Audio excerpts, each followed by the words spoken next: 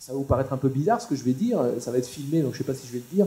Allez, je ne vais pas m'auto-censurer, mais moi je pense qu'il faut supprimer pendant un certain temps les grands médias, ceux qui nous pompent l'air, ceux qui véhiculent toujours les mêmes choses depuis des années, pour pouvoir entendre d'autres sons de cloche.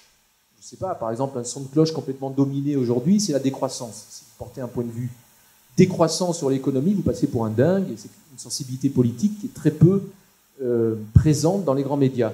Bon, moi, je trouverais sain que les décroissants ou les communistes, le point de vue communiste est complètement dominé aujourd'hui, soient omniprésents pendant un certain temps dans les grands médias pour rétablir l'équilibre. C'est-à-dire que pendant un certain temps, on n'entendrait plus certains, on en réentendrait ou on en entendrait d'autres, des nouveaux, des gens qu'on entend peu, et ce n'est qu'au bout de quelques années qu'on pourrait repermettre à ces gens-là qu'on a déjà trop entendus, peut-être d'être à nouveau à l'antenne, et on aurait rétabli l'équilibre. Ce que je dis là peut paraître, on va me faire passer pour un fou furieux qui est contre la liberté d'expression, puisque j'interdirais l'exposé de certains points de vue dominants. On peut leur donner 2 minutes, non? Comment? On peut leur donner juste 2 minutes, inverser non, la vapeur. Même, zéro, on leur donne zéro. On ferme leur télé.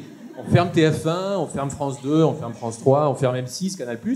On permet à des médias associatifs, communautaires, libres, de voir le jour et d'exprimer d'autres points de vue dominés. Et ce n'est qu'une fois que ces points de vue deviendraient un peu hégémoniques qu'on permettrait aux autres de revenir. Parce que là, ils seraient dominés pour le coup. Tu serais avec eux.